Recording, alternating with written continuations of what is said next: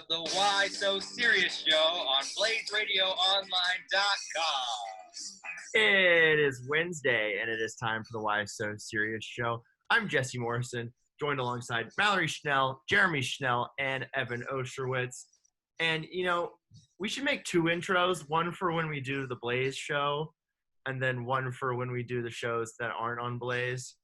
Because we're not on Blaze, like, during these shows. I don't know. What do y'all think?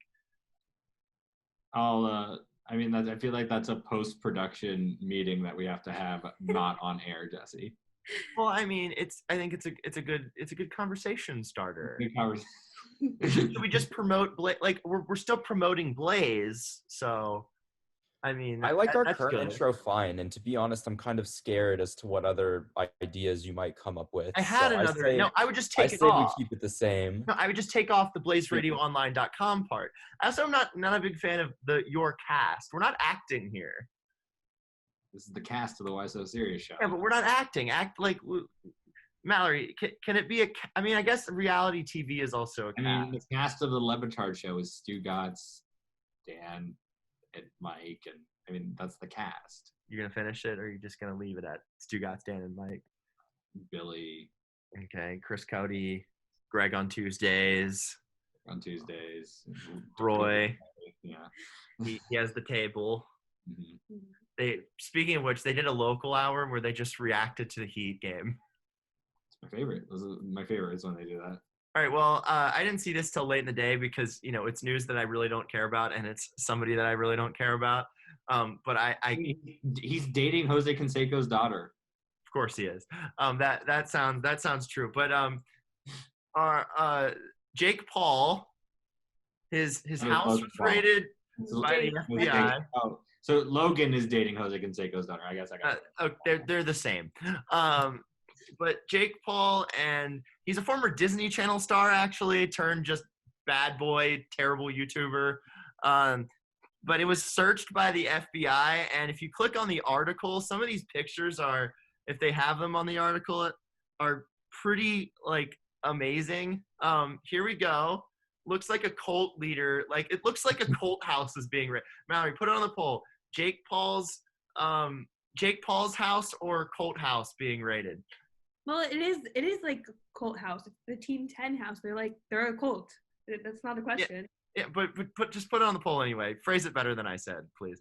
But like, okay, they said it appears they have seized weapons from Jake Paul's Calabasas home, firearms specifically. So like, why does he have guns? It was probably for YouTube. I've never watched one of his YouTube videos. Well, okay, like there have been times when just like tons of random people have showed up to the Team 10 house. So I understand why he might want to protect himself from, because you never know what like crazed fans are going to do, especially if you're like a celebrity heartthrob like Jake Paul. You know, someone might get a crazy idea in their head, at your house and try and do something. What is going on? This guy's at YouTube. Why is this happening? There's so many stuff, like so much stuff has happened to Jake Paul during the pandemic. How is he not in prison? Including the looting at Fashion Square. Yeah, apparently he was a part of that. How is he not in prison? Like, what? This looks like OJ or some, like, worse than like OJ's house at like in '94 or whatever. Like, yeah, there's him. The picture on the right there is him and with the vlog camera in Scottsdale. Yeah, this looks like the Waco raid that Jeremy and I saw, that watched the show Waco. It's very good. Nothing like Waco. Nothing at all. But it looks like a cult house is being raided. Like, yes, this is legit. There's not a tank and there's not a helicopter. True, but like that looks like a military grade vehicle, which is like the next thing from a tank. It's the FBI, so you're not far off. I don't know what Jake got mixed up in here. But I have to say, I think he gets like a little too much hate. I actually kind of like his videos. Like, wow, that's a strong hot take. One where he's like touring the news station and he just hops on top of the news van, and the reporter he's like touring the station with is like, Jake, you have to get down from there, and he's like, why? like as if he's not doing something completely stupid and that like no normal person does. He's Like very I just find his videos really, Oh, wait, he, I just find his videos really refreshing and kind of funny. he's either very immature or goes way too far for doing it for views. Sorry about that. A little error there. Whatever he's doing, it seems to be working for him, except for the whole like getting raided by the FBI thing. I'm sure more details will come out on this later. And to be honest, I'm very curious to see what happened here because as far as I know, he hasn't done anything like super illegal. There's a looting thing, but looting doesn't get you raided by the FBI. So I have a feeling we'll find out what happened here sooner rather than later. What's his next boxing match?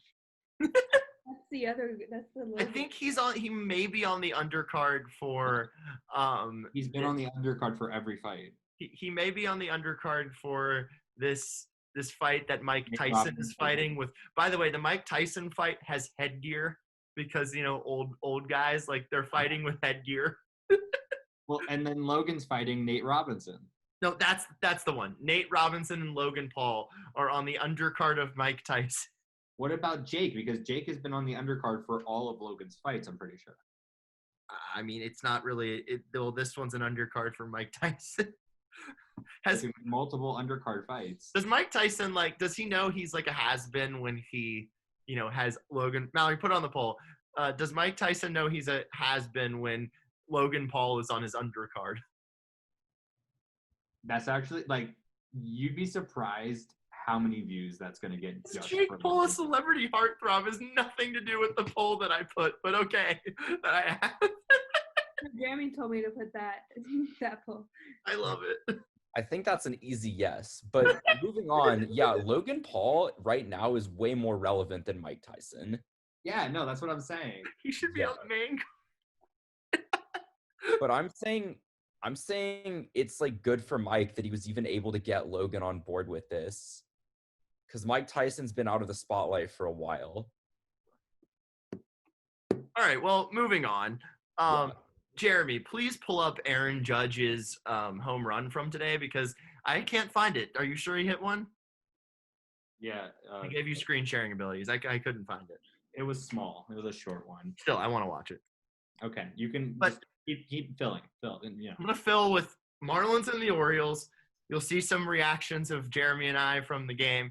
The Orioles are literally crapping the bed right now. I don't know what's going on with them. They literally sweeped A-Rod's World Series team this weekend, the Tampa Bay Rays, and looked great. And then versus the Marlins, their pitching staff has looked pretty dang good, but they lost 4-0 yesterday. And then in the first game of the 2 7-inning doubleheaders, they lost 1-0. And then in the second one, they lost 2-1. So I don't know what has happened to the Orioles offense. Usually with the Orioles, it's like, they've got some good hitters, but the pitching staff is absolutely atrocious. Now I don't know what's going. This is the reverse Orioles, and I don't get it. And also, I don't want to go back to bashing umps, but terrible third strike call at the end of that first game. The Orioles have one run in this entire series. Versus the Marlins taxi squad.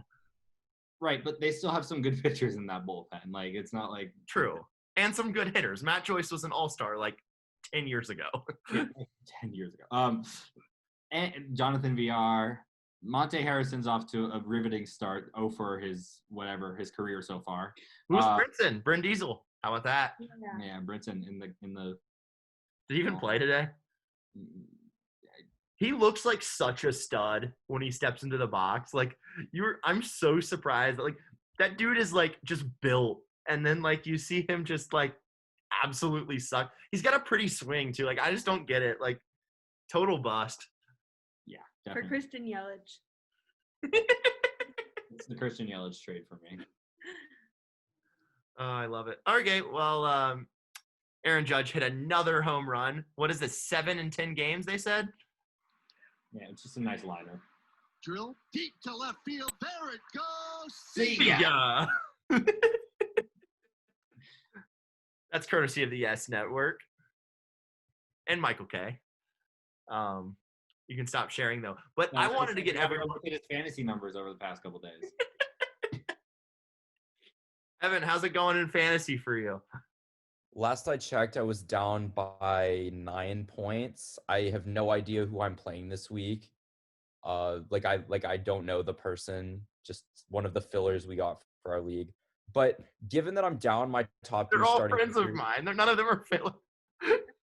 Okay, well, I don't know them. That's my main point here. Like, I don't know who this person is. Is it But Nate? they're not gonna beat me. Like, don't get that twisted. I've had a rough start to the week. Mike Soroka got me a -8 in his one start and then decided to be out for the season. Decided he tore his Yeah. Achilles. He did do that, but he also got me a -8 in the process. So I'm My not God. too happy about that one. And yeah, that put me behind the 8 ball. So I'm just kind of clawing my way back right now. But I'm confident I'm going to get the win because I have a good team. Aaron Judge, a lot of fantasy points. We get it. It's not even that. It's just like how many game history so far? Like 1, 2, 3, 4, 5, 8 game hitting streak. He's insane. He's gonna be the MVP, hands He's down. over 300. Hands He's down on MVP. RBI Hands down MVP. so far. But going back to Marlins Orioles, I really like the 7-inning doubleheaders. They need to just adopt that from here on out. That's my opinion. Marlins almost had a no-hitter, and I was really excited to see if they were going to put an asterisk there. They need to do single pay 7-inning doubleheaders in the major leagues. It's way better than the 2 9-inning games. Like once they are able to have fans in again, two single pay doubleheaders, one at 5, and one at like 8. It's great. I love it. I don't know. What do you think? A lot of fun. It was a lot of fun today. Do you think they should change it though? Those 2 games were super boring, but like they got done quickly, so They that's were all. close. I mean, like kinda like. Mallory, put it on the poll. Okay, Can a 2 close game be boring? 1 and 1-0 are okay scores if it's a hockey game because there's probably some good goaltending involved. Like For the Marlins baseball- scored all of For their runs. baseball, a game that already moves really slowly, that a bunch of people already think isn't You just- entertaining enough, I don't think that's a great. But you got to appreciate the good pitching. You don't enjoy watching good pitching. You just want offense. I enjoy good pitching if there's like a ton of strikeouts. There's not usually a sure. ton of strikeouts these days. Jesse There were a doesn't lot of know good- strikeouts today. Jesse doesn't know good offense if it hit him in the face. His team has scored 1 run in the past Okay. 2 days. All right. Well, they're going to be – did you see the series this past weekend? The bats were alive. Crush Mallory, Davis. did you put that on the poll? Crush Davis hit one the other way today. You saw that? Mallory, put it on the poll. Can a close game be boring? Because honestly, like that Rams-Patriots Super Bowl from a couple years ago was kind of a boring game. But I would have rather had that than the Then the Seahawks. Seahawks and the Broncos or the Broncos and the Panthers. Yeah. Like those Super Bowls The sucked. Broncos and the Panthers was a lot closer than the final score indicated. It was not a good game. It was just not good. Like a close game cannot be. I don't think inherently a close game can be boring. Like we still had, we're on the edge of our seats for that final quarter of Rams Patriots because there was something that was going to happen. Potentially. I don't know. I watch baseball to see dingers because I'm like a casual fan. I like a good strikeout too, but if it's 2 straight games where there's just absolutely nothing happening, like no one's putting the ball in play, no one's getting on base, that'll sour on me pretty quick. Here's my favorite things in baseball. A home run is my favorite part. Probably my second favorite is a good strikeout from a pitcher where they get the batter looking. I really like that. And You then don't like when they get the batter chasing? no, I like when they. Or it's I like a when- really good slider that So starts. like a ridiculous swing, like where they're I mean, aiming. yeah, for the that's funny. fences Like, and I they like just that, but I like- completely miss. I'm a big fan of like. Yeah. So yeah. Bring Travis in just so he can do that and then leave. Is he there? What? Hey, Is- Travis, come here and do your third strike call for us. Thanks. Perfect. He said he'll pass. I'm really. Oh. Boo! Everybody, boo! Boo. Wait, was I supposed to boo? Now he's in there ranting about. Do your third strike call. Do it. Do it. Do it. Do you realize you don't talk shit about other umpires? What are we doing? No. I remember earlier overheard you talk about like a call. Oh yeah. But Travis, You don't argue with the umpire because the umpire is always right. Travis, he was not right. He was out of the strike zone. Travis, throw him out. Throw me out. Come on. I dare you. Get out of here. Whoa. You cuss at coaches? What is this? I don't care. We have Travis now. Now Travis is gone.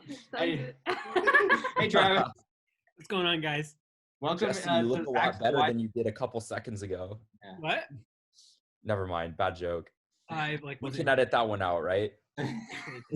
I was basically just calling Jesse ugly. I locked him out, so.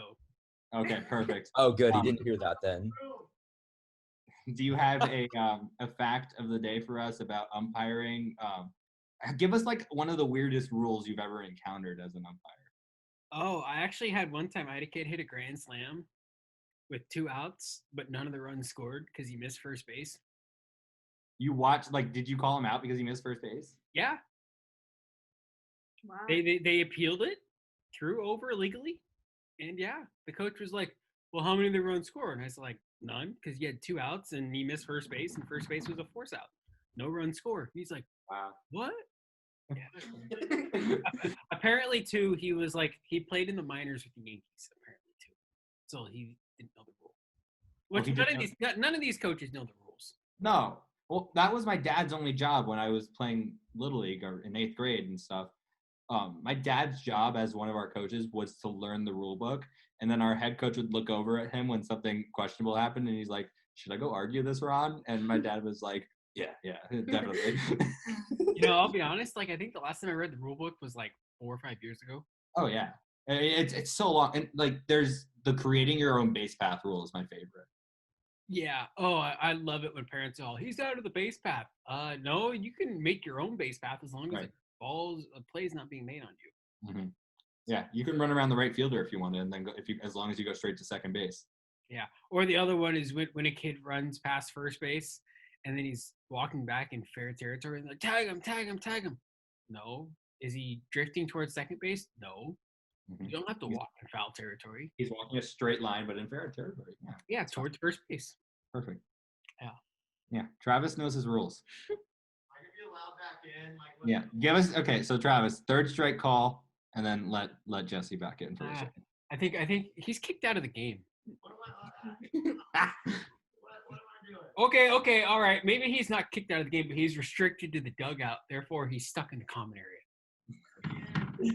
You got to let him back in, honestly. Yeah, we got to finish the show here, bud. I got to finish making dinner anyways. All right. Thanks, Travis. I will say this. Did I tell you that he no. Did I mention to you guys I got a new job? Yes. No. Yes, you did. You told me about it. All right. Exciting. Very Yeah. proud. Start Monday. Good. What's the new gig? What? What's the new gig? Republic Services. It's a trash company. Ah. Very interesting. That's not what I would have guessed. It's BCPS, not right? journalism, but in the days of this pandemic, I don't see the trash industry going under. So That's true. That's very true. So I think job security should be good. Good job. We're proud of you. Yeah, best of luck with that. Thank you. Hey, I think I should take a mask while I'm at it too from Jesse. Definitely. He's got like 10 of them, or like more than that. More masks? Yeah, you do. I have like 5. Count them out right now. I have 5 more masks. Hey, What's up? we're only leaving in some of that because then he started talking about his new job. I know. I'll leave it in. It's good. It's good content. Everything's good content. And Anyway, he told also us about, the foul language just stays. I don't want to edit that.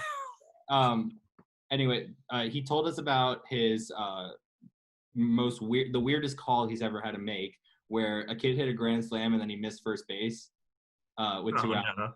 And so they appealed over, and since there were 2 outs, none of the runs scored. Oh. That was his favorite. That's awful. Yeah. That sucks. Poor kid. Staying on the baseball side, you want to talk about milk. Oh yeah, I love milk. It's my favorite beverage. And it probably cost the Marlins half of their roster. Excuse me. So basically what ended up happening. This is according to John Heyman. Jeter defends Marlins players, says they just let their guard down in Atlanta and weren't running around. A few left the hotel, but just for a milk, a coffee, and in one case, a dinner at a house. They didn't do a good job of social distancing, but they weren't out carousing, he says. So I feel like I did out carousing. Maui, put it on the poll. Is milk better than playing baseball? Because milk is my favorite beverage. Yeah. If I was craving milk, I would probably go out and break social distancing to go buy a carton of milk. It's my favorite beverage. I love milk. It's great. What? It makes sense. Do you guys like milk too, right? It's worth it. I think it's worth it. Yeah. I just drink water. Evan, you're a big milk guy, right? Not to the point where I'm like risking my eligibility to play Major League Baseball for it. What kind of milk do you guys drink? Do you guys drink? Jeremy drinks skim milk, which is just flavored water. It's fat-free milk. Skim milk. Fat-free. Same thing. I'm a 2% guy. 2%'s fine. 2% as well. 1%. Literally, good. I will drink any type of milk, honestly, and I will like it. Like, What do you guys feel about how do you guys feel about strawberry milk? I think strawberry milk's pretty gross. I've never even heard of that, but it sounds terrible. I would It's never. like do that. Have you had a strawberry milkshake? Strawberry milkshakes are good. Yeah, I have. It's different though. It's like strawberry ice cream. The only place I really get shakes from is Whataburger, and I always get chocolate. Like they have strawberry, but like I don't know. They I have just way better shakes than In-N-Out. You're not like if Weird. there's a good chocolate and a good vanilla, you're not gonna go out of your way to get strawberry. I kind of get that. That's what I'm saying. Like it's just too out there for me. Mallory, put it on the poll. Chocolate, strawberry, or regular milk? Please. I'm going with chocolate personally. Chocolate's good. Like I like. You know what I really like? I like making I don't my like own regular chocolate. milk, just chocolate. I like making my own chocolate milk. You get the chocolate syrup. Ovaltine. And you, Well, Ovaltine yeah, I know. I just use regular chocolate syrup. syrup. Syrup. Syrup or syrup? I don't know. I don't know. Syrup. Milk. Milk or milk? It's milk. No, it's milk. Seattle people say milk. Yeah. Milk is it's like aunt. There's A-U-N-T. Ant is A-N-T. So I think what we should start doing, and since we're just going behind the scenes on our production meeting, I guess we're just going to talk about this live on the air. So I think what we should start doing, it's not really live, whatever, but I think we should start putting clips on YouTube, or not on YouTube, on Twitter of like our best clips of the show. And so this milk segment, I think, should go on YouTube. Yeah, I don't know about that one, but It's not a bad idea, actually. I think we should definitely do like highlight packages for Twitter. but Because speaking our of shows are really long. They're really, really long. We can definitely take like the highlights of the show and post that separately. yeah, that's a lot of work for me though. If you all want to do that, then sure. But I edit the show. Evan. I am 100% okay with that. I'll just make it my highlights, but I'm gonna do it. So The Stugotz is strong in you. We love Who's it. the real winner here, guys? The Stugotz is strong in you. We love it. All right, I'm sharing my screen again because we've got more milk talk, and I want to know if you guys think she is being a fraud here, and that is Olympic hero Katie Ledecky. Travis is back for some reason. You didn't see that? You didn't see the video? So we I know got Olympic exactly what hero you're talking about. Katie Ledecky, and she has milk on her head, and she's going to try to swim a length of the pool. Let's see if she does it. She has a snorkel too. Yeah, I don't know why she has a snorkel. See, that's where I think this might be a little questionable. Well, she has the snorkel so she can breathe and she doesn't have to move her head, Jesse. Oh, that's true. That's true. Maybe it adds to the balance.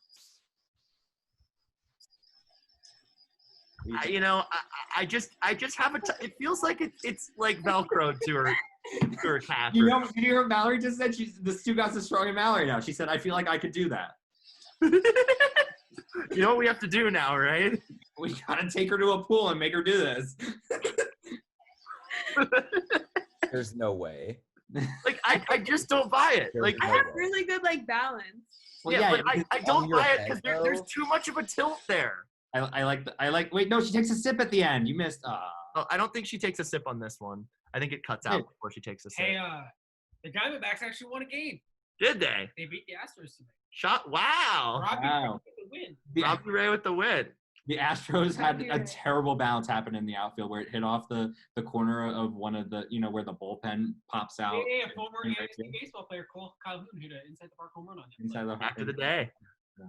We gotta play the sound. Let's do it. I was gonna say something too.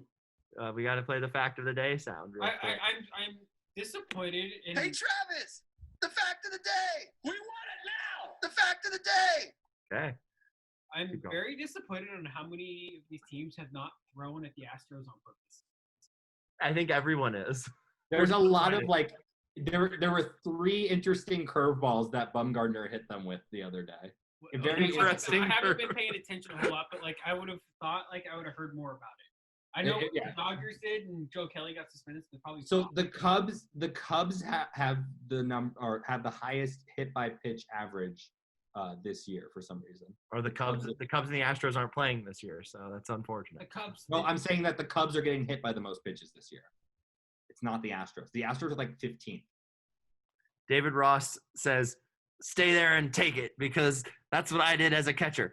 Well, Anthony Rizzo gets hit by the most pitches ever. You know that, right? No, I did not. Yeah, he's notorious for getting hit by a pitch. He crowd the plate. Yeah, he's one of those Well, quick WNBA news before we head into what are we doing. I have a update. So she's had a very terrific 10-plus year WNBA career, and that is former ASU star Breon January, also former ASU assistant coach Breon January, but she decided to go back and start playing overseas again. But yeah, she's back in the bubble. She had a bout of coronavirus actually, and missed the start of the bubble, but she's back. She's going to be a crucial piece of the Connecticut Sun now. She is not on Phoenix anymore. But yeah, that's good news. And I'm going to try to get a story done with her and try to interview her. I'm going to email the Connecticut Sun PR person and try to get that done. I think would be an interesting. Look out for that on Devil's Digest with Justin. Yeah, look out for that on Devil's Digest. So yeah, what are we doing? What about NBA update? Oh, we're doing that after. What are we doing? Oh, What are we doing? What are we doing? Jesse? I'm starting? Yeah.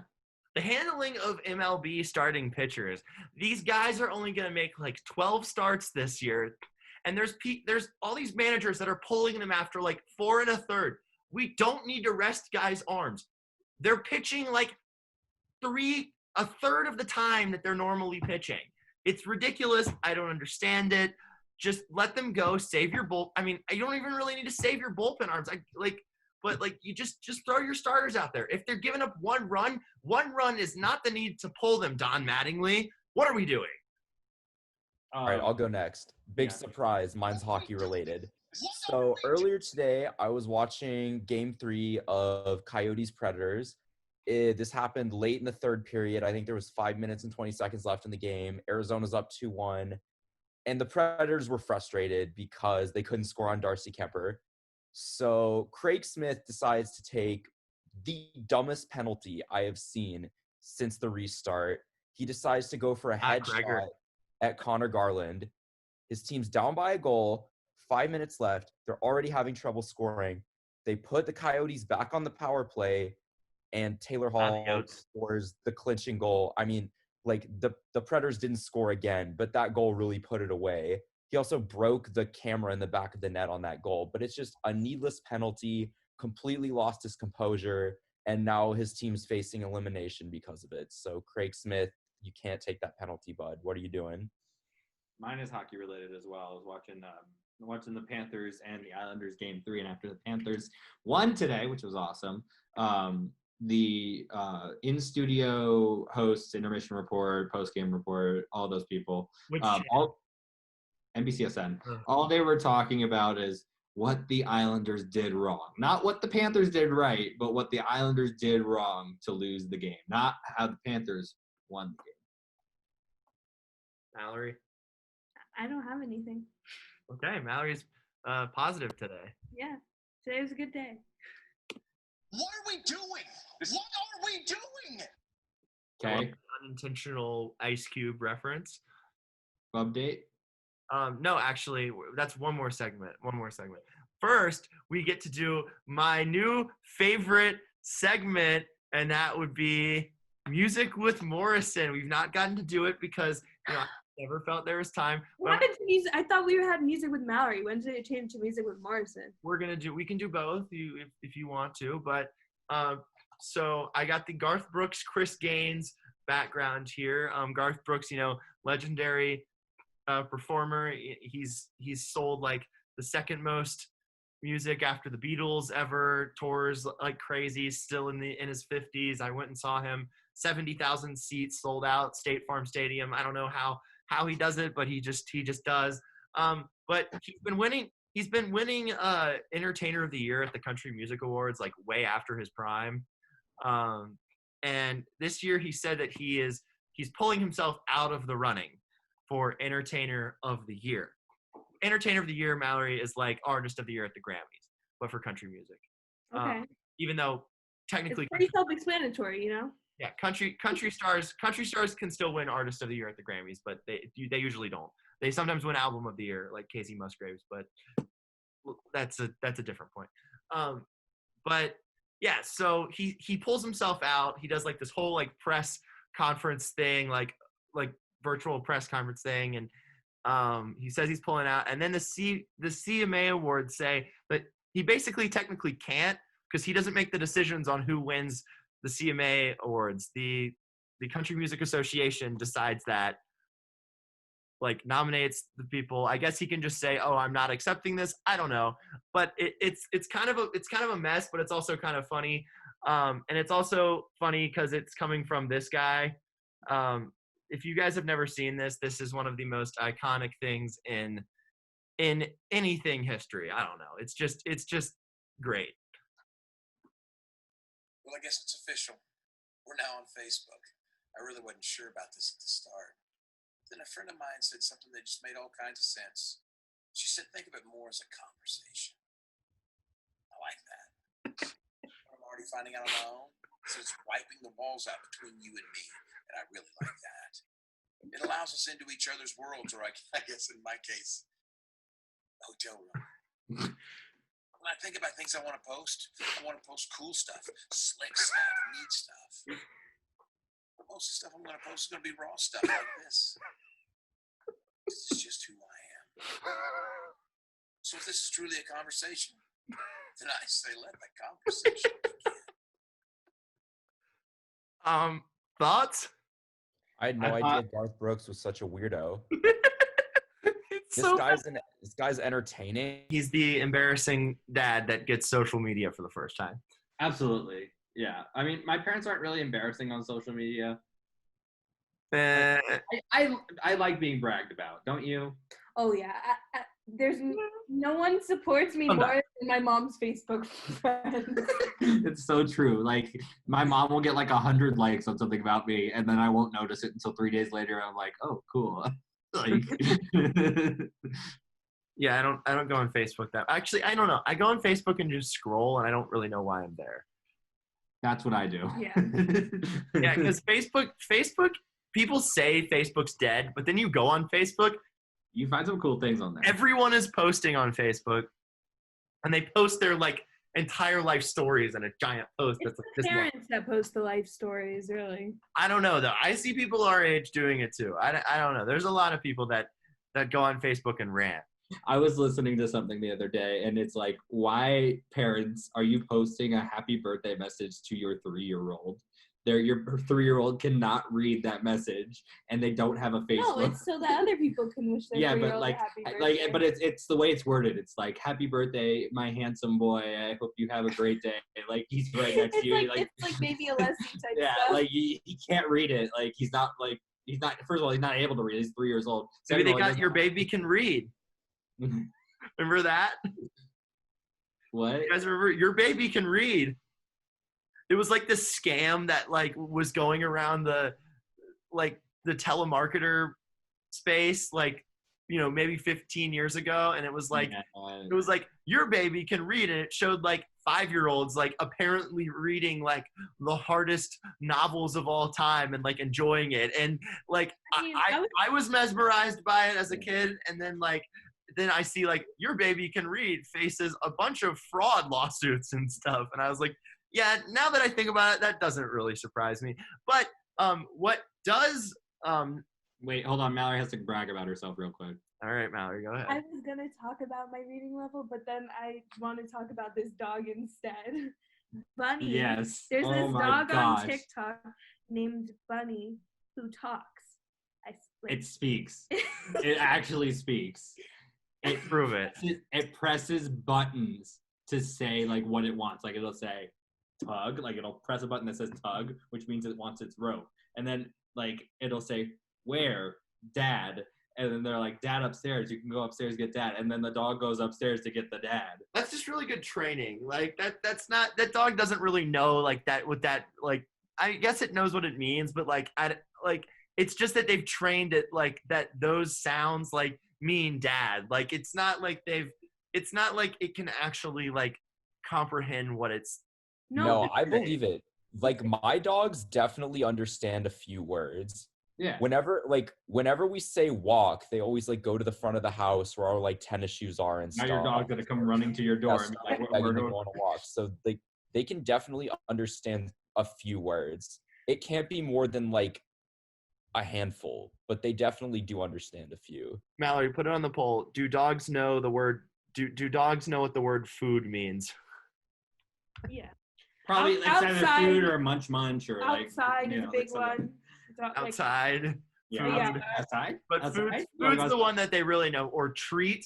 They like those two words. Food and treat. Do I show a video of Bunny? I feel like I have to show. Yeah, we'll show a video of Bunny, but like as we move, of course she has. Yeah, He definitely. has it queued up. All right, Mallory, What? No, go ahead. Go keep. Yeah. show it. Then I'll Yeah. go get to the second part of my segment. Oh, you have a second part of your segment? 3 parts actually.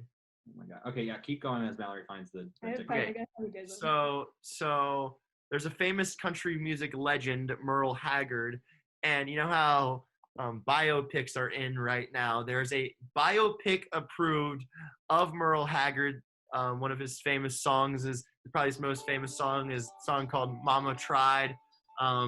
So Merle Haggard biopic. Sam Rockwell will be starring as Merle Haggard. He's an Academy Award winning artist.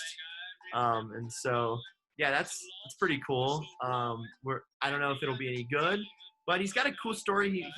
He saw Johnny Cash perform at a prison, and that's what made him want to become a country artist. So, because he was a prisoner at the prison.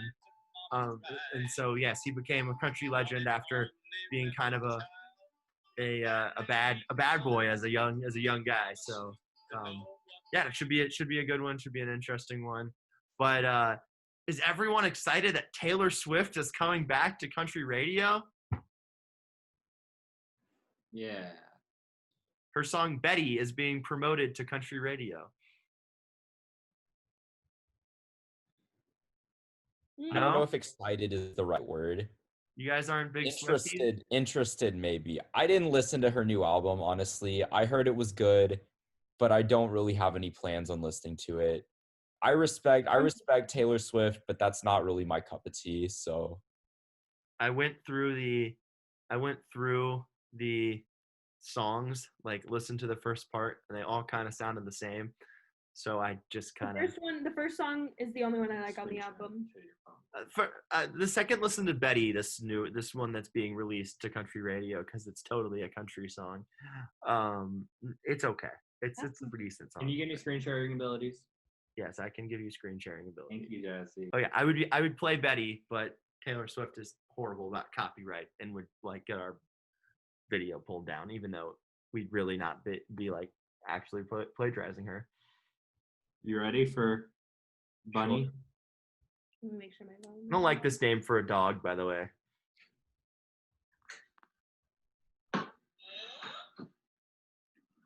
You got a question?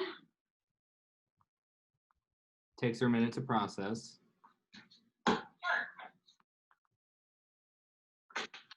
All done walking for today, Buns. Park later. All done walk. Dog's a robot. Exposed. Just wait. Yeah, we're home now. Yep, exactly. We're home now. Weird. Wait. Oh, I love you too, Bunny. I love you too. Come here. Aww. Like the fact that the dog knows, like that's mom, like like They train like I don't know. There's some fraud going on in this. I don't know if that's fraud. There's definitely training involved. There's no way this is instinctive, but it's still pretty impressive. Is it training or torture? no, she. She likes it. But Spooky does not like it. Spooky does not like There's it. a cat named Spooky. Do they have a cat too? Spooky touched a button Spooky once. usually doesn't press any buttons, but Spooky pressed outside the other day, and Bunny was like, "What?" That's a little weird. I don't know. This is one of those these people should be on Animal Planet. I feel like It's like a whole scientific experiment. Like they group the buttons based on like categories, and like it's. see they're performing scientific experiments on their pets. I don't know how I feel about it. So Bunny is always asking Spooky to play with the buttons, and Spooky's not having any of it. Spooky's like, no, thank you. Yeah. It's really sad. My gosh. Is there a third part to anything else to your music, or can we go to a bub date? I already did the third. All right, bub date Oh, I time. should've- Update. Oh, Whiteside today. Wait, keep it. Hold on. Go back. I feel like this is just a revolving door of like 4 players. Yeah. There we go. Like Hassan Whiteside, something with the Trailblazers. Like it's just the Trailblazers and JaVale. Oh man, bro, it been all day. Is he playing video On games? tape, trying to get this season 5 update. I'm trying to lay something down. I'm real clumsy. I'm trying to drop something. Hey, Mickey, man, I need that Mickey internet. They gave me that goofy internet. Oh, you put it on the 11 hours. They give Hassan Whiteside that goofy internet instead Man, of the Mickey internet. oh, Any other bub dates? Jason Tatum's kid sent him a care package. It's been the most wholesome thing, Jason Tatum and his son throughout the bubble. I think, Yeah, it's. Oh, I know that one's wait. funny, but- Go to Dwayne Wade's Instagram. I want to stop sharing first. What's wrong with your background? What? It's Ariana Grande. All right, Dwayne Wade's Instagram real quick. Mallory hasn't put a poll on the poll since which milk is better. I've given her like 4 different polls. What's going on here? Why do we have to screen share this? So, yesterday on TNT, Dwayne Wade said that he was talking to Bam in October. Doesn't it have this in their video? The video. About his season, and we were predicting his stats. yes. I said Bam was going to average 14 points, 8 rebounds, and 3.5 assists. Bam told me I was crazy, and he was going to average 16 points, 10 rebounds, and 5 assists. And what is he averaging? 16 points, 10 rebounds, and 5. We call that. I don't know how he called that. I don't know how he called that. And here's the proof to show you. So Mallory, if you would like to read it out loud for the people that don't. I'll be D Wade. You can be Bam. Okay. We'll have stories. I'm a big vet. Glasses. Stop sign emoji. Too soon? Way too soon, bro. Okay, now when I'm averaging, or now when I'm 16, 10, and 5 almost every night, I'm going to ask you this again. Haha, man, you ain't ready for all that. Patience. Emoji. Which emoji I is don't that? You can do it though. Maybe 14, 8, 3.5. So, Yeah. Bam, now an all-star. You know, I would try to aspire to more than 16 points a game if I was in the NBA. Just my opinion. It's a double-double. Like, I don't and care. for Do updates, better. Do like I'm gonna average 16 points a game. No, you should be aspiring to average like 25. If you don't get it, then that's not a big deal. No, because Bam is a It's team not- player, and he knows that he needs to spread the wealth if they want. Yeah, and he can still play the same way, but you always aspire. Honestly, you aspire to the wealth. no, you aspire to average like 20. Nope, absolutely not. You gone. Good call. Good call. That's the bub date for the day. And then Lakers Thunder. I think Jesse, you have some words on the Lakers and Thunder. Yeah, Go ahead. You just muted yourself. oh, I was just making because it said I'm muted by the host, and then it I said, unmuted you. okay, good. Well, I don't know. It's just the Lakers have clinched the 1 seed, so they're trying things out. Nobody should be worried about them. All the people that are worried about the Lakers and how they're doing because they lost to the Thunder by a lot, and they lost their previous game too. Chill. They're gonna be fine. They really don't care anymore. They're gonna be fine. They're just trying out new things. By the way, hats off to Frank Vogel though for getting along with LeBron. I think a lot of people predicted that this was not going to work, and I think We won. We thought Ty Lue would end up being their coach. yes, which I think Frank Vogel is a way better option because I think he's a better coach than Tyrone Lue. You know one who has the best one has a coach- championship, wait, one doesn't. Yes, You know, because that's one had so- LeBron and one had Paul Yeah, George. no, Ty Lue is not a real coach. We all knew that. We all knew that because the real coach they had before didn't get along with LeBron, and LeBron got him sent away. Blatt, future ASU head. David Blatt could still coach in the NBA. I believe that. The only thing he did wrong was piss off LeBron, and that's a fact. That means you're a terrible coach, in my opinion. The best coach LeBron ever had. Why? Because you have faith in your system, and you're not just gonna bow down to this one player. That's being a good player. coach. This one player is the best player in the world. The last time LeBron listened to a coach was Eric Spoelstra. Facts. I think he's listening to Frank. No. I LeBron- do. I think he's listening to Frank. Frank LeBron. Vogel is a very good coach, and I know, and I'm really glad that they didn't hire Jason Kidd as their head coach because that would have been an awful idea. Jason Kidd is a terrible coach. I don't know if I think Derek Fisher's a pretty good coach. He's doing a decent job. The best thing Jason Kidd's ever done is hit me. That was a smart move. Hit me. That was a smart move. It got him an They extra had no, timeout. for they the had no job. timeouts left. He was holding. Oh yeah, is that when he spilled his drink? Yeah, where he Oh. had the player hit him in the chest just so he could spill a drink on the No, floor. that's creative. That's what good coaches do. You find ways to help your team. Hit me. I also predicted that LeBron would go to the Spurs because I think there's really only like a few handful of coaches that LeBron respects. And I think one of those coaches is Greg Popovich. So I always thought they were gonna team up at some point, but that ended up not happening. And I don't know. I think It LeBron. might happen in the Olympics if LeBron plays in the Olympics again. I don't know if 36-year-old LeBron will be playing in the Olympics next year. Why not? 36-year-old LeBron is better than most players in the NBA. True. But I think this is LeBron's last shot for a championship. That's just my opinion. You don't think next year he'll have a good shot? Jesse, that 36-year-olds don't win titles. 36-year-olds don't win titles.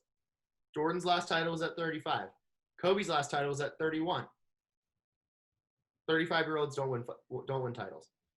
how old was you don't have one that was last time? We're not talking about role players, Mallory. We're talking about stars on the team, like the number one option. Richard Jefferson won a title.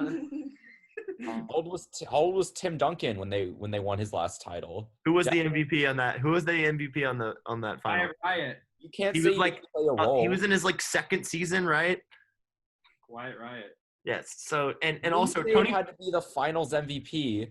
Tony Parker was a lot younger than you think. Hold on. I said Duncan, not Parker. I know. I'm just saying that Duncan wasn't the number one option. I'm talking about number one option. Maybe if LeBron lets Anthony Davis be the number one option on the floor, then they might win next year. But not if LeBron tries to be the number one option at 36. But my thing is, so you're thinking about the 35-year-olds. I think Bol Bol is going to break that curse. Yeah, Bol Bol's winning 15 championships in a row. Really? Bol Bol is winning 15 championships in a row. The Miami Heat have to face Milwaukee Bucks without Jimmy Butler tomorrow. Again, for the second time this season. Why is Jimmy Butler out? Ankle. Something sketchy going on, but No comment. No COVID positive tests. Good thing. And it kind of seems like baseball's getting under control. We don't know what's up with the Cardinals, but Baseball. yeah, we don't know what's up with the Cardinals, but we're Why are we right getting out? No. Big Brother Jesse. I'm just gonna sit back and relax. Maybe watch it tomorrow, but I doubt it. No, please do watch it tomorrow. Like you'll like it. I think. Everyone has to watch it. Isn't it like 3 hours? No, it's 2 hours. It's a Yeah, 2-hour that's season. commercial. It was a 2-hour season premiere. Is the rest of them an hour, or are the rest of them an hour? The rest of Okay, them. good. Because these Bachelor Goat episodes, they're 3 hours long. That's a lot of Bachelor content for something that's already happened before. Oh, because you haven't seen them before, so it makes sense. For Okay, you. Mallory, are you? Still, but like it's a lot. Do like okay, we're gonna go through the cast. Okay, so And no, yeah, whatever. Just share the screen. You can start with that. All right, here we go. Are you ready? The cast of BB22. All stars. I've been waiting for this moment. Julie Chen Moonves as the host. We've got Christmas from Big Brother 19. Broke her ankle on day 13, Yeah, she was getting a piggyback ride and fell off the guy's back and broke her ankle. but still ended up making it to the final 3 because of her good social game. Hold on, is this recorded post pandemic? No, This is they. What do you mean? It's live. It was live. This was a live move-in today. They're in quarantine together. They all tested negative. Yeah. Right. David from last season got evicted night 1, but everyone wanted to see him come back. I don't think he should be considered an all-star, but everyone saw the potential. He just got unlucky and got evicted early last season. Nicole, the other person from last season. It's fine. He's pretty good looking. They can put him on The Bachelor. Nicole Or Bachelorette, I'm sorry. did not have the best competition wins last She's season. not but very athletic. She's America's sweetheart. She won America's favorite player last season, and so she is back. Then we have an icon, Danny. And Her father, Evil Dick. yes, she is considered That's an his icon name. in this game. His name is Dick. And she's from BB 6 and 8, something like that, and 13. 13. BB 8. Why did she buy Pharrell's hat? She now has a kid with Dominic. Yes, Dominic from BB 13. Yes. So that's it.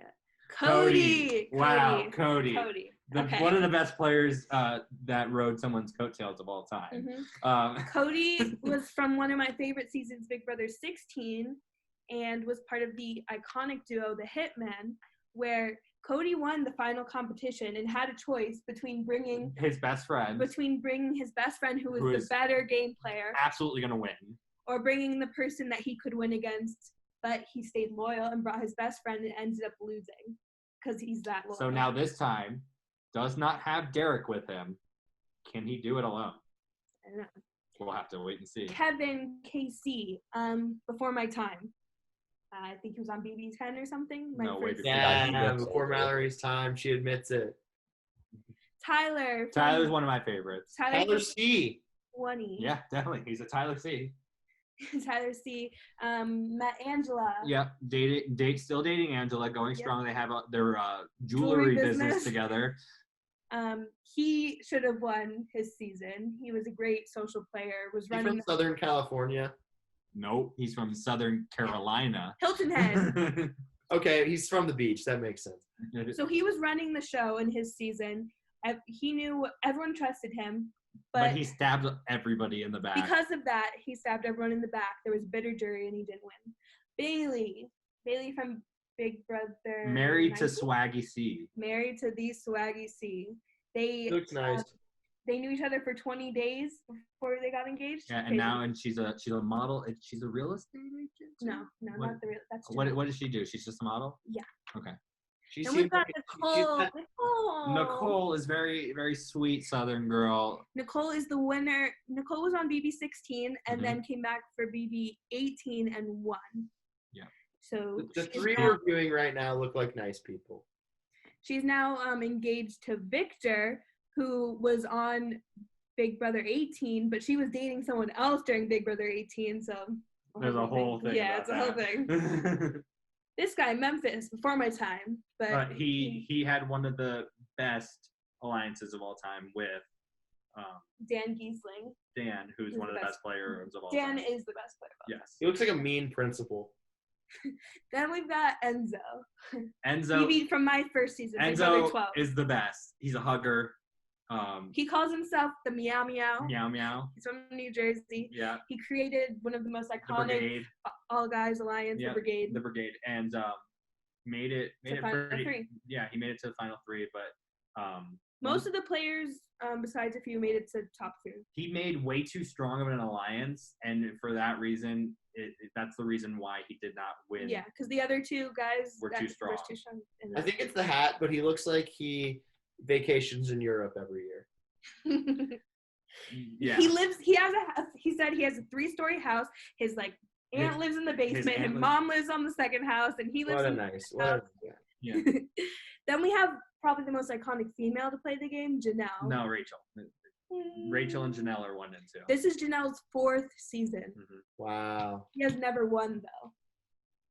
So we'll see what happens. She is, she says she's still got it. She has one of the most competition wins of all time, and she says she's still got it in her. So we'll see. Kazar and Janelle were on the same season, if I'm not mistaken. Yeah, Big Brother 6. Mhm. I don't know much about Kazar other than he was voted out early, and then America voted him back in.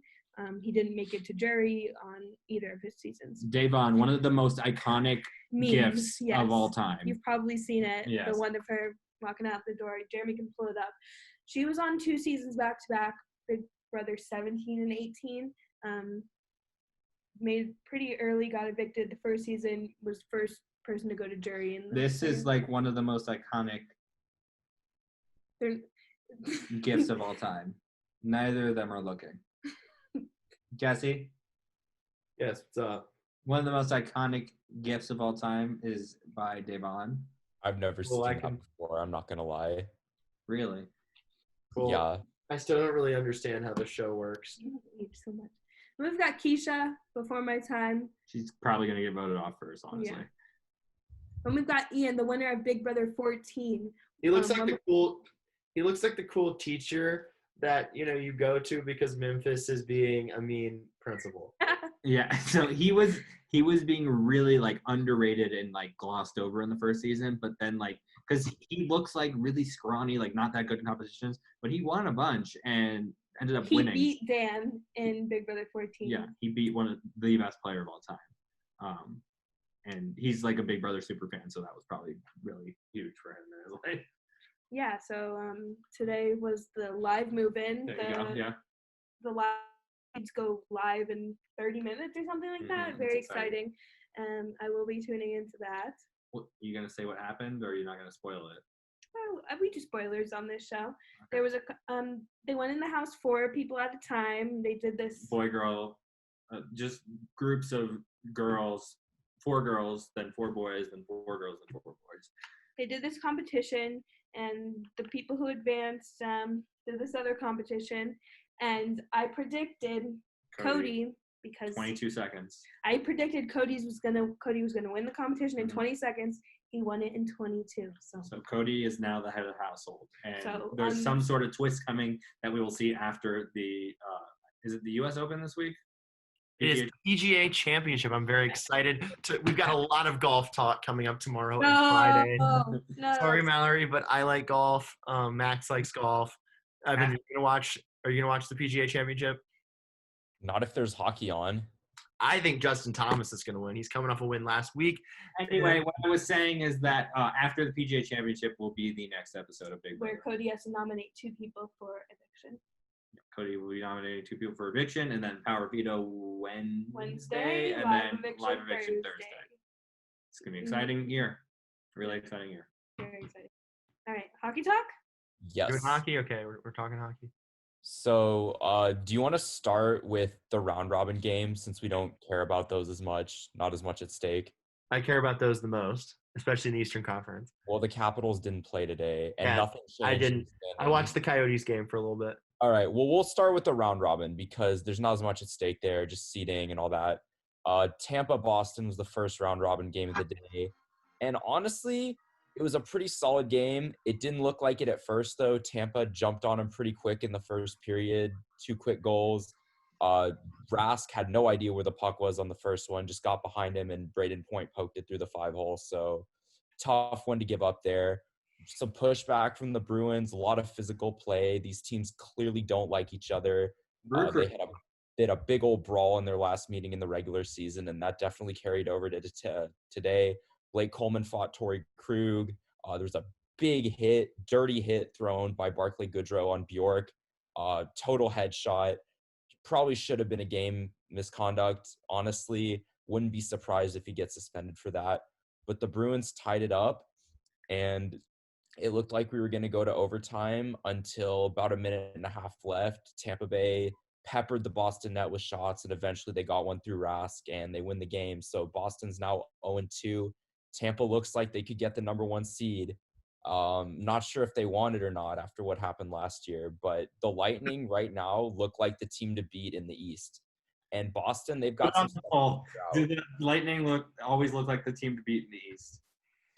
But the most impressive thing is they're doing it without Stamkos. He's still not back in the lineup. We don't know when he'll be back. You know the timetable? Well, they're not really allowed to say that. Did he have COVID? No, it's a lower body injury. Dude's always injured. Hockey. Lower body injury, upper body injury. Well, because he got hurt during training camp, and that's the only reason we even know that much. Otherwise, he'd just be unfit to play.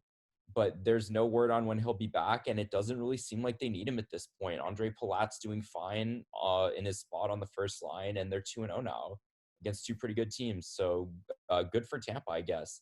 And then the second round-robin game of the day. Hold up. I need to make my take here on Steven Stamkos, because I believe his numbers are a lot worse than they used to be. Steven Stamkos this year, 29 goals, 37 assists, pretty good, but not the 60 goals he was in 2011-12 or the 51 in 2009, 2010. Do it on the ice or get out of here. You know what? I think the time has come for Steven Stamkos. I think that the Tampa Bay Lightning should just get rid of him. Get gone, Steven Stamkos. Come on, do better than that. Do better than 29 goals. This is such okay. That was so bad. 45 last year, Jesse, and he had his highest point total ever last year. He almost had 100 points.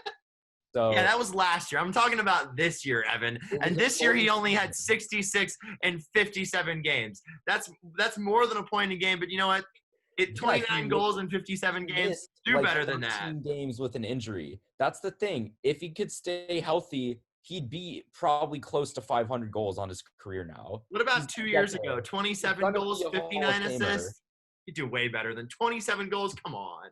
Jesse, you have no idea what you're talking about. Let's move on to the next game. Whoa. The other round-robin game today was Stars Avalanche, and just like they did in their 2 previous games since the restart, the Dallas Stars came out absolutely flat. If you want a team to peg as a surefire first-round exit this year, it's Dallas. They got shut out today again against a team that they swept in the regular season, and Colorado got the jump on them early. They took an early penalty. Makar makes them pay for it on the man advantage, and Bishop was out of this game. So was John Klingberg. It did not matter. The Bishop. Better team. The shots were pretty much even the whole way through, but really there was never any doubt. Colorado wins it easily 4-0, and Dallas looks like they're not going to be long for this year's playoffs. 2015-16. The first round, they're going to be out pretty quick if they keep playing like this. So let's move on to the real games now. Hold up. I got something. 2015-16. Steven Stamkos in 77 games, just 36 goals, 28 points, 64 points. Come on, dude. So just like he might be the most overrated athlete of all time. Like, this is ridiculous. Like, why do we give him so much credit? What has he ever done? What?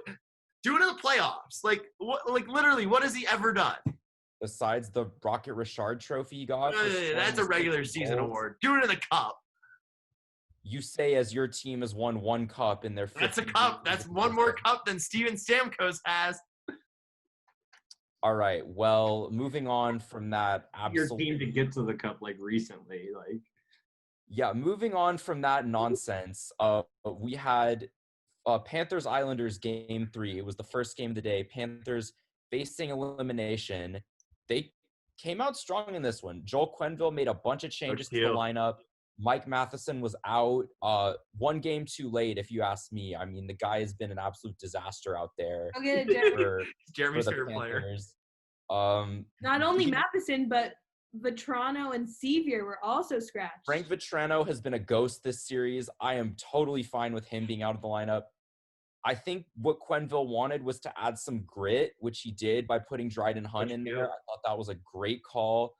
He's not going to score a ton of goals or a ton of points, but he adds that physical element that's so important this time of year. Brady Keeper was out of the lineup too. They brought in Brown and Stillman again. Again, that adds some size, that adds some grit, and it worked today. Josh Brown back in the lineup.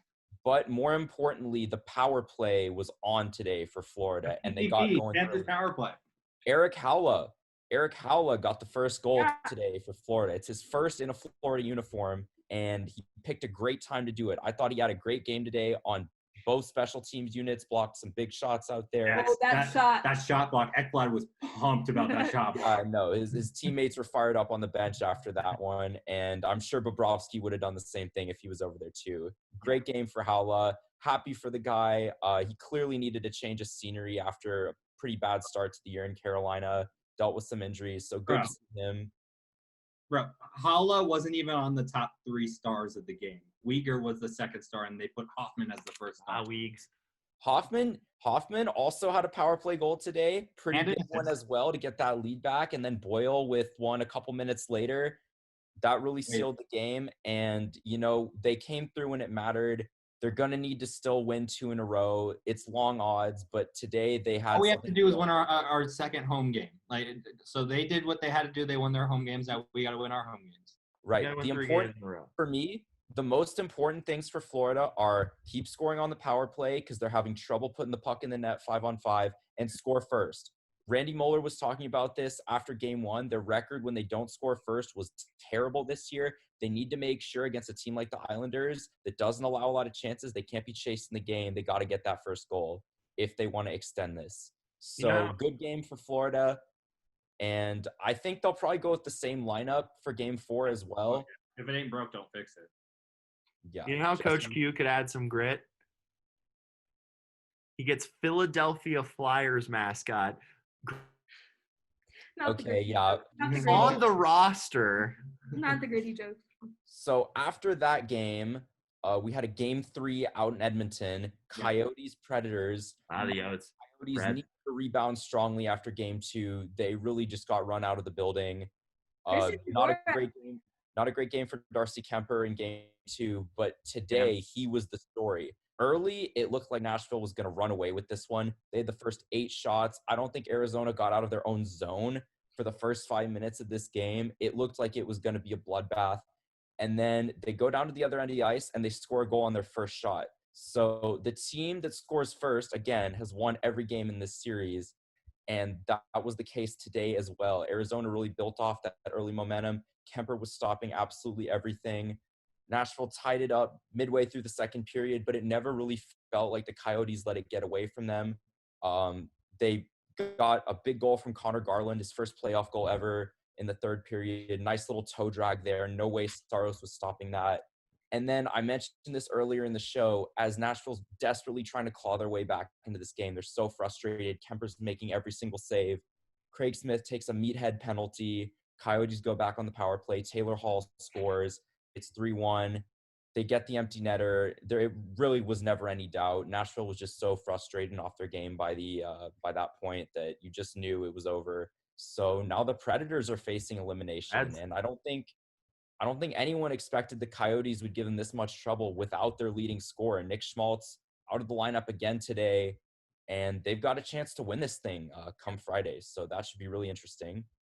I think they lose on Friday because they're the Coyotes, and then they'll win the next one. I think One they win thing the about series, this series but they'll is- lose the next one. They'll make it a series because they're Coyotes. One thing about this series is the momentum from the end of each game has carried over to the start of the next game. And this third period today was dominated by the Coyotes. The third period of game 2, was mostly Coyotes as well. They scored twice in 9 seconds with the goalie pulled, and then today they get the first goal again, cruise to an easy win. So I think that bodes well for Arizona, and it's definitely in their best interest to win this one in 4. You don't want to give Nashville that momentum heading into the clinching game, and you want to give your guys some time to rest. So yeah, I think the Coyotes win it. I think this was a big game for Kemper. He's got his confidence up again after he gave up some softies in game 2.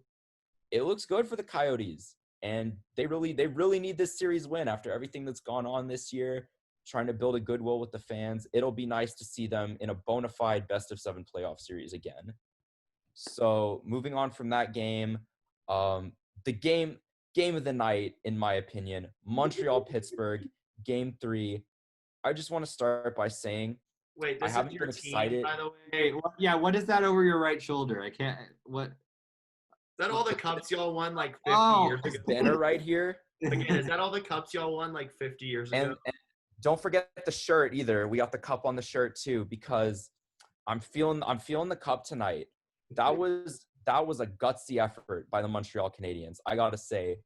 I haven't been this excited about the Habs in a very long time. And again, I don't like that nickname. This is a team that needs to score first in order to win. Sometimes this year that hasn't even helped. We've blown a lot of leads. But tonight they get the jump on Pittsburgh early, really aggressive out of the gate, putting the pressure on Matt Murray. They get a goal early from Shea Weber, who a lot of people have been criticizing for his effort in games 1 and 2. He only had 1 shot on goal through the first 2 games. Makes up for it tonight. 3 points for the big man, for the captain. Buries his own rebound to make it 1-0. And then the penalties start again for Montreal. Bad discipline has been a big issue for the Canadiens in this series, and Pittsburgh really made them pay for it in the first period. They take a penalty for slashing. I believe that was Ben Sherratt. There's a delayed penalty during the kill. They score on the delayed penalty, so Weber goes to the box. Then they score on that penalty, and in the blink of an eye, Pittsburgh's got the lead. So they go into the break, 2-1. Looks bad for Montreal. And then things get worse. Early in the second period, it's a bad play at the blue line by Victor Mete. He can't hold the puck in. Not only that, puck goes down into the Montreal zone. He loses the foot race to the puck to Tanev, and it's an easy goal for the Penguins. Teddy Bluger gets it. Montreal's down by 2. Looks like it's over, right? No, because a little bit after that, a couple minutes after that, Jake Evans takes a big hit from Tanev in his own zone. He's knocked out of the game. It looked ugly. Evans was cut pretty bad. He didn't come back to the game. So the Canadiens were down to 11 forwards. And after that, I think it really changed the game. They started playing with a chip on their shoulder. And not too long after that, they get a goal from Drouin, who we've needed to show up all series. The NBC broadcasters were pointing out that he actually cut his hair between games 2 and 3. Used to have some flow. Now he doesn't, and it seemed to work because he gets a goal, nice little deflection right in front of the net. It's a 1-goal game. And then at the end of a power play, right after the power play expires, they tie it up. Byron with a nice little wraparound. Third line for Canadiens has been great this series. They've been on the ice for half of Montreal's goals. Great line. And they go into the break, 3-3, brand new hockey game. Wait, one more period. I'm sorry. Yeah. Hockey games are 3 periods. Newsflash. We're going period by period. They come out of the dressing room fired up. They're still playing great, still putting the pressure on the Penguins. A couple more power plays. Montreal's power play is terrible. We've known that all year. They're still 0-for in this series, but after the end of another penalty, this one was Malkin who got called for a slash. 19 seconds after that penalty ends, it's Jeff Petrie again. If you need a clutch goal, Jeff Petrie is always there to get it for you. And this is a goal. If you're Matt Murray, this is a goal that cannot go in. It's from the goal line. I know he had all day to shoot. He's basically in the corner, and it goes right by Murray's ear. I think it glanced off his helmet a little bit. Murray! Terrible job covering the top of the net by Matt Murray. And that ends up being the game-winning goal. Montreal takes a late penalty with like 3 minutes left. It was a bad call on Byron. There was no contact. That was a terrible. What did they call there? Slashing? It was a hook. It was a hook. Brian Rust 100% dove on that play. Absolutely not a penalty. It doesn't matter. Pittsburgh calls a timeout. They pull the goalie. They can't get anything. Montreal totally clogged up the middle of the ice. They were giving the Penguins nothing to shoot at. Armia probably could have hit the empty net with a couple seconds left. He decided to just run out the clock. I'm fine with that. Montreal is one win away from knocking off the Penguins and advancing. And that for me was the game of the night. Obviously, I'm a Montreal fan, so I enjoyed every second of that. But yeah, game 4 is Friday at 3 p.m. Central, 4 p.m. Eastern. So we'll see if Montreal can finish the job. And I'll finish this. I got to take real quick. I don't like nickname Habs because I don't like nicknames for nicknames. Because like Canadians, Habitants, Habs, like I don't like when people go by their middle name but then shorten their middle name. So like Caps? You don't like Caps? No, that's fine because it's a nickname. It's just a nickname, but the nickname guys shorten the nickname. Oh. It's like 2 nicknames. Would you think like American and like English-speaking Canadian hockey fans can say habitant correctly? No, so you shorten it to Habs. That's how that works. If it's a hard name to say, you just shorten it. But it's like the kid with the middle name Joseph who goes by Joe, but even though his first name is Steve. No, because dude, you're so wrong about this. What? There's no like I just don't. I'm not a big fan. Okay. It's a good nickname. So, You're gonna call them the Habs for the rest of your life. Oh, I always of course, because I gotta call them the Habs, but it doesn't mean I like them. Anyway, there was one more game that happened tonight. Now we will go over it real quick. All right. I didn't watch it.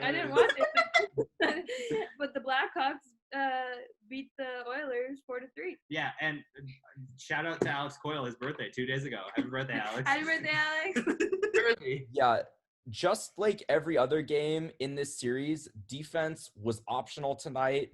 Not a thing really on either side. This game was the closest one so far, but there was still a bunch of goals scored. And again, it's not looking good for the 5 seeds in these qualifiers. Chicago's up 2-1 on Edmonton, and Montreal is up 2-1 on Pittsburgh.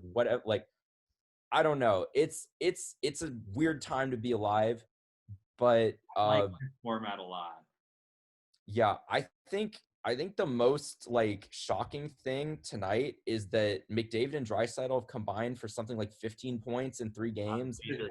Down 2-1. McDavid has 5 goals in 3 games. Draisaitl had a couple tonight. And honestly, I think the Hawks were lucky to win this game. They got a really late goal from Taves that ended up being the decider.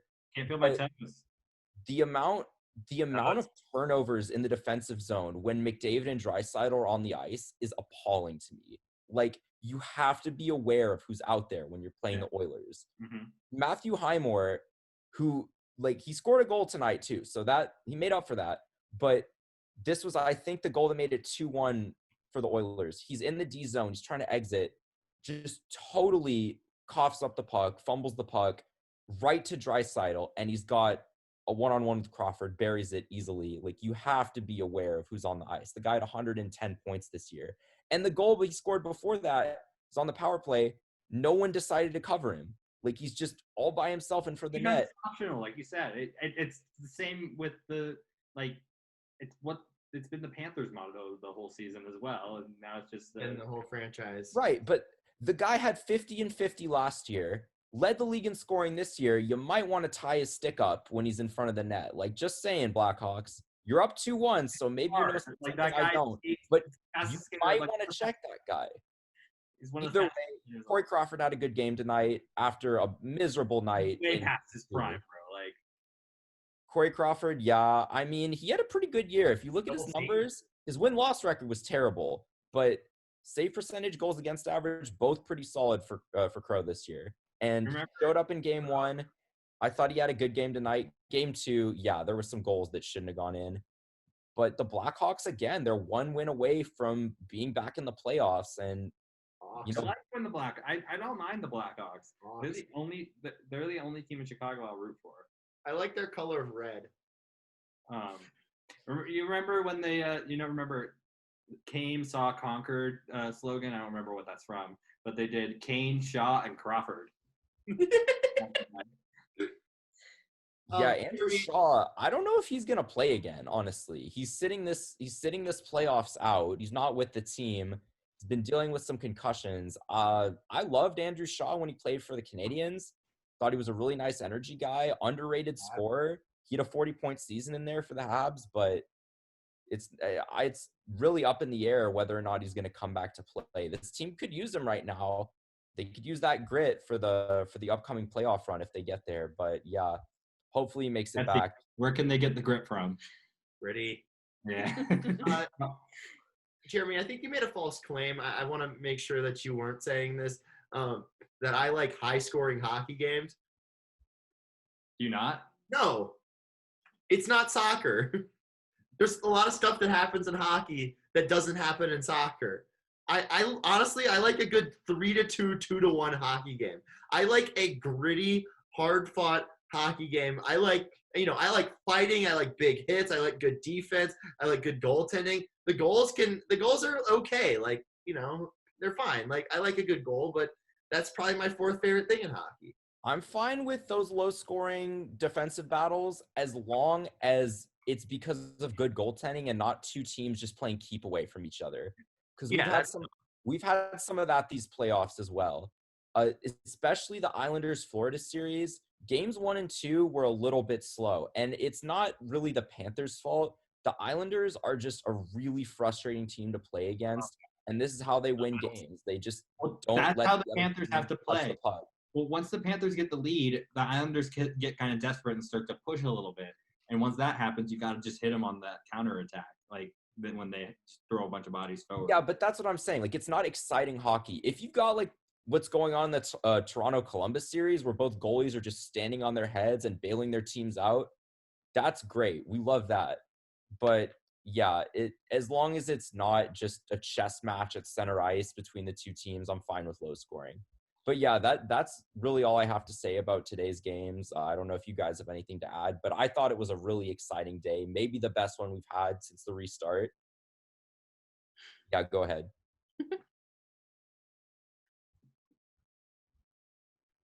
What is going on? Whoa. Bad throw there, Jesse. This is so stupid.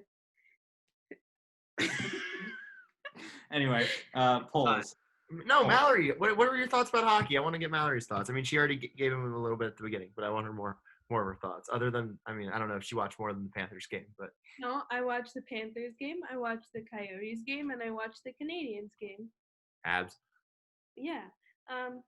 But I think that I don't even know what to say. Evan kind of covered it all. The Panthers, I don't, in my opinion, I don't think that they're going to win the next game, but we'll see what happens. Yeah, great fan. Hey, I know, I appreciate it. She's being a rational fan, which I'm a very rational fan, so except for maybe the Baltimore Orioles. But yeah, that's why you want there to be, like, continuous power plays at the end of 3-on-3 overtime. Like, if a team takes a penalty within the last 2 minutes of overtime, you just extend the game. Yes, because, like, then because we're just totally like, here's an easy chance at the goal, even though you made a penalty. Like, I don't understand it. I think the NHL Rules Committee's got that covered. But I do have one more thing to say.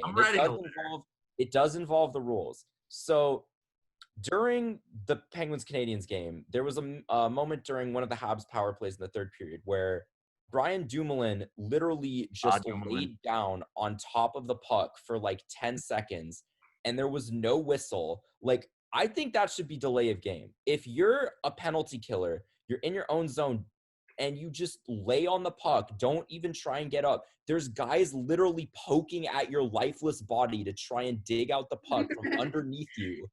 He just wanted to get a closer relationship with the puck. Delay of game. Closing your hand on the puck is a penalty. Like, putting your hand on top of the puck. Why is it the same thing? Except instead of closing your fist on it, it's your entire body. Yeah, I think he wanted to bond with the puck. What's wrong with that?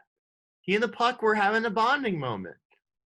It's literally delay of game in its purest form. You're just trying to kill time off the clock, off the power play. Like, you're not involved in the play at all. You're just smothering the puck. If you do that in the crease, it's a penalty. Why not 2 feet away from the net where he was. This is a great argument. I 100% agree. It didn't result in anything significant, so they're not going to change the rule. But I think that's just ridiculous. All right, Mallory's last Panthers thing of the day, and then we're going to get to the polls. This is very rare. Alexander Barkov rarely shows emotion, but in the locker room today, he was dancing. Here we have with Noel Chari.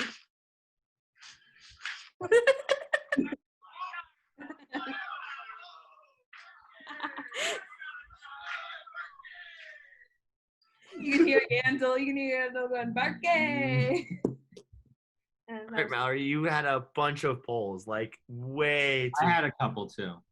No, because I have my, don't pull it up on the computer. I'm doing it on here. I have all the Big Brother polls. Yeah. Yeah, so many.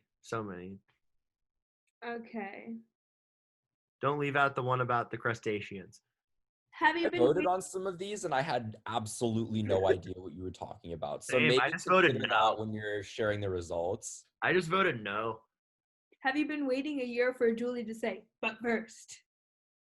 71% yes, 29% of course. Jesse says no. He's never watched the show before. Yeah, I don't know. Are crustaceans crafty? 20% yes, 80% if they're left-handed. 0% no. Get it? Crafty lefty, like they say, like the crafty left-hander out of the bullpen. Okay, this was after we saw the first 4 house guests. Who are you most excited about so far? 33% Danny, 19% Christmas, 43% Mama Day, and 5% Nicole F. Poor Nicole. Somebody's name is Christmas. Yeah. Yes, and her son's name is Loyal. Has your favorite All-Star moved in yet? 80% no, because Julie Chen, you know. You don't have to explain it. Okay. Will an all-girls alliance actually happen this season? 87% no. There's always one female, like in the first week, who's like, let's just get all the girls together and try and win this thing. And then they just all backstab each other. It doesn't work out. Is the meow meow a hugger? 42% yes, 58% no. It's very confusing. I want a hug. I've only given like 3 of them since March. Wow. Is Nicole's gut calling her? Nicole A. Nicole A, yeah. You made up one, forgot her initial. I voted yes on that. I have no idea what that means, but I voted yes. She put her hand up to her. She's like, wow, who's that? Sounds like my gut is calling me. You didn't say the percentage. 71% yes, 29% no. Is Nicole A going to be a competition beast this season? 56% yes, 44% no. Cody and Memphis alliance, ?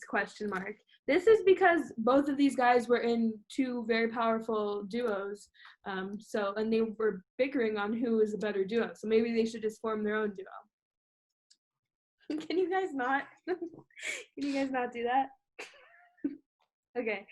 Have you missed the Big Brother competition music? 63% yes. Did you predict Cody finishing and winning the comp in 20 seconds like Mallory did? 85% no. Okay, stop it. A celebrity heartthrob? 83% no. 29 votes. It's huge. It's one of our biggest polls. Can a close game be boring? 57% yes.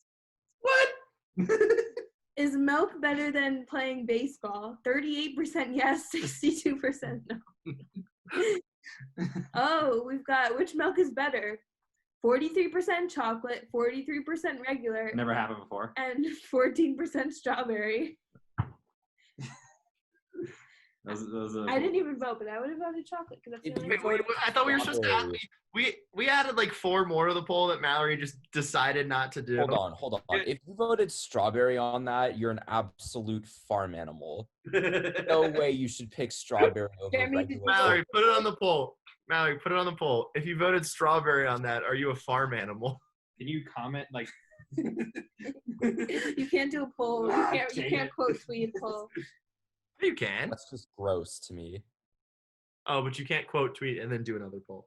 Yeah. If you voted strawberry milk on that poll.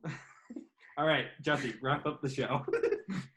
Follow us on Twitter at the letter Y and then So Serious Show. We'll try to keep things a little shorter tomorrow. But this was fun. Yeah, see you all tomorrow. Night, Canada. Yeah. No hitter over. Yeah, they're taking him out now. He gives up 2 hits after 4 2/3. 4 1/3. Leave him in. Cancer Alberto. Yes, first pitch. You suck. First pitch. Yes, double play to get out of the inning. Look at that, Jesse. Unbelievable. Our bullpen is nasty. No. I don't even know who that was. What? He's going to foul it off. Strike 3. What? Come on! That's a freaking. It was literally the same pitch that they called a ball like 3 pitches ago. It was out of the zone. It was. Yeah! Pitch was out of the freaking zone, man. Marlins. Ooh. First place. First place. And I get an ESPN notification. Close game. Miami 1, Baltimore 0. End of the 7th inning. Follow live in the ESPN app.